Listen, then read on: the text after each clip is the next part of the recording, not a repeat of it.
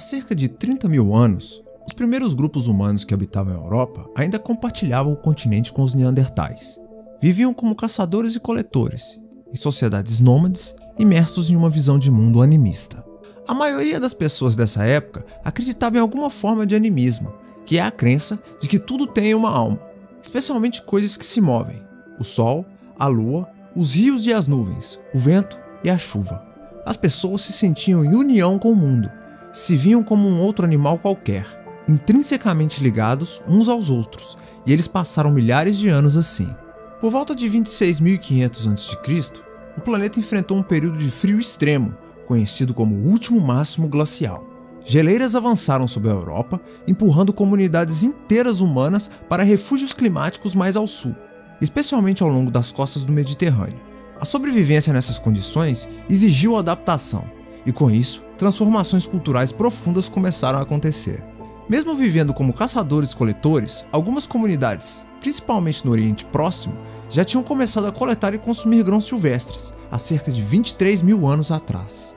Esses povos ainda não cultivavam essas plantas, mas já sabiam como processá-las para produzir alimentos e até bebidas fermentadas simples, o que mostra um passo importante na direção da agricultura.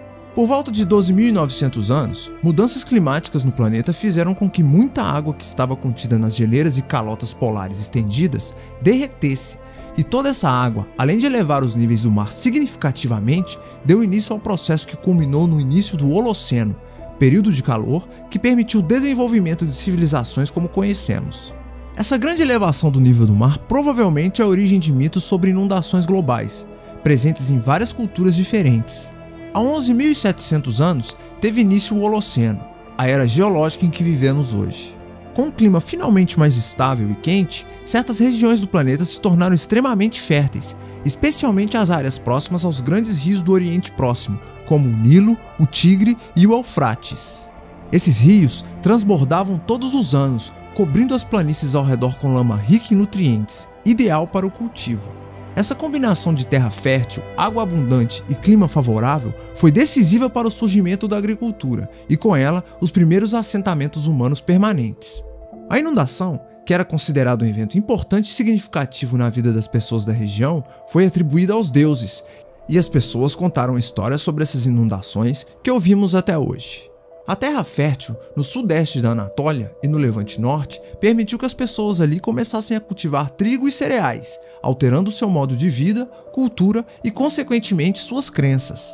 Precisavam de crenças que fariam as colheitas crescerem, que controlariam o clima, os rios e que poderiam manter a ordem social, com a população agora sedentária e em constante expansão.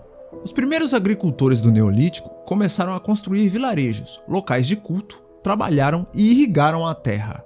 Seus deuses não eram mais aqueles que se moviam como parte do ambiente, mas deuses antropomórficos, com aparência e características humanas. Foi nesse contexto que se consolidaram as religiões matriarcais, com a figura de uma deusa-mãe terra associada à fertilidade, colheita e reprodução. Por volta de 7.000 a.C., populações agrícolas da Anatólia começaram a migrar para a Europa, pelo Vale do Danúbio, levando consigo técnicas agrícolas, cerâmicas, aldeias estruturadas e, é claro, seus deuses. Essas crenças centradas na terra começaram a suprimir outras tradições mais antigas, baseadas em animismo, pois eles queriam que a terra fosse fértil para que brotasse a vida. Nesse meio tempo, vemos a ascensão da cultura Yamna, uma das últimas culturas representantes dos proto-indo-europeus. Esses povos falantes desse idioma pré-histórico começaram a migrar para a Europa, Pérsia e Índia.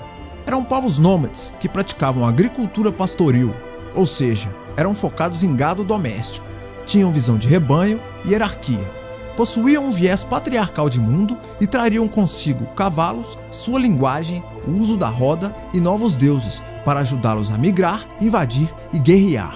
Quando chegaram na Europa, por volta de 3.300 a.C., esta já era uma região agrícola firmemente estabelecida, que já adorava deuses agrícolas há séculos. Com a expansão dos Yamnaya e de sua língua, começa a fusão de mitologias. Ao chegarem à Europa, esses povos trouxeram consigo um panteão patriarcal e guerreiro, marcado por deuses ligados ao céu, ao trovão, à batalha e à soberania, em oposição às divindades agrícolas que já existiam em muitas regiões. O choque entre essas duas culturas causou fusão e reestruturação das crenças. Vemos a ascensão do Pai Celestial nesses panteões europeus, onde os deuses eram predominantemente femininos para conceder fertilidade à terra. Um lugar onde claramente vemos o encontro dessas duas culturas é na Grécia micênica, no 2º milênio a.C. Os micênicos, um povo agrícola com forte tradição matriarcal, foram influenciados pelos elementos indo-europeus. No panteão, aparece a figura de Zeus como pai dos deuses, e aqui abrirei um parêntese para explicitar a origem comum dessa divindade.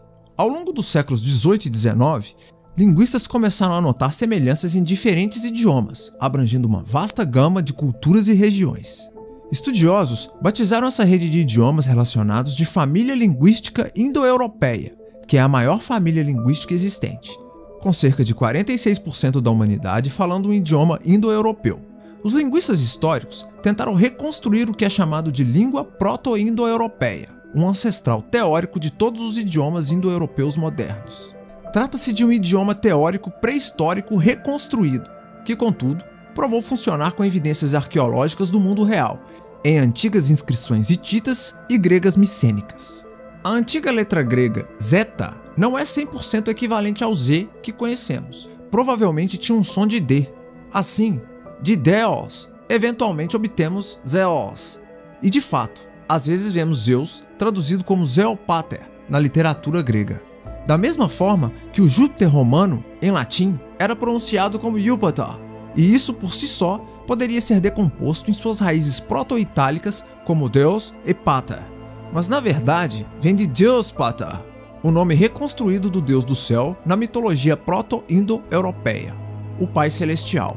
Tudo bem que o latim e o grego possam compartilhar algumas semelhanças, por causa da proximidade geográfica e histórica, mas o que dizer de uma divindade védica? Sim, védica! No Rig Veda, texto sagrado hindu, escrito em sânscrito, temos a figura do Dyaus-Pitar, que é literalmente o Pai do Céu. A pátria indo-europeia, de onde vieram os Yamna, era chamada Estepe Pôntico-Cáspia, as planícies gramadas que se estendem das margens do norte do Mar Negro até a área norte do Mar Cáspio, em grande parte no que hoje é a Ucrânia e o sul da Rússia.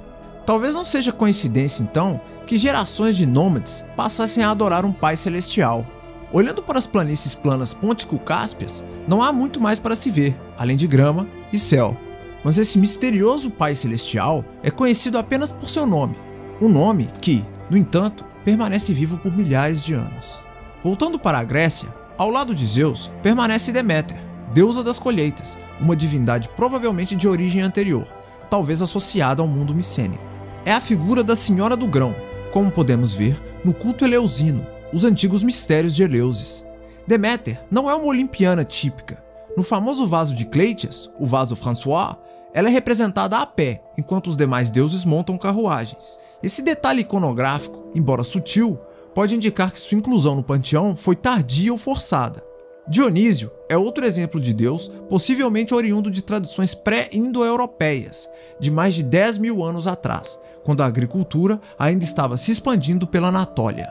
Com traços agrícolas e em êxtase alcoólico, ele também tem uma presença híbrida no panteão helênico. Já no norte da Europa, as mitologias germânicas também guardam traços dessa fusão cultural. Os deuses Aesir, como Odin e Thor, são guerreiros associados à ordem e à conquista. Já os Vanir, como Freyr, Freya e Njord, têm fortes conexões com a fertilidade, clima e mar, elementos de um panteão mais antigo, possivelmente agrícola. Segundo os mitos nórdicos, esses dois grupos de deuses travaram uma guerra antes de se reconciliarem, o que pode ser lido como uma metáfora para a fusão de duas cosmovisões distintas. Do ponto de vista arqueológico, há forte suporte para essas transformações. Túmulos Yamna revelam a presença de carros, cavalos e armas, sugerindo um estilo de vida altamente móvel, pastoril e hierárquico. A expansão desse modo de vida facilitou não apenas a disseminação do idioma, mas também de um sistema simbólico que se sobrepôs, sem nunca apagar por completo as crenças anteriores. Por trás de todos esses nomes e diferentes deuses, há um fio ancestral que conecta quase todos os mitos antigos, como se a humanidade desde o início dos tempos até o momento presente estivesse contando, com sotaques distintos, a mesma história sagrada.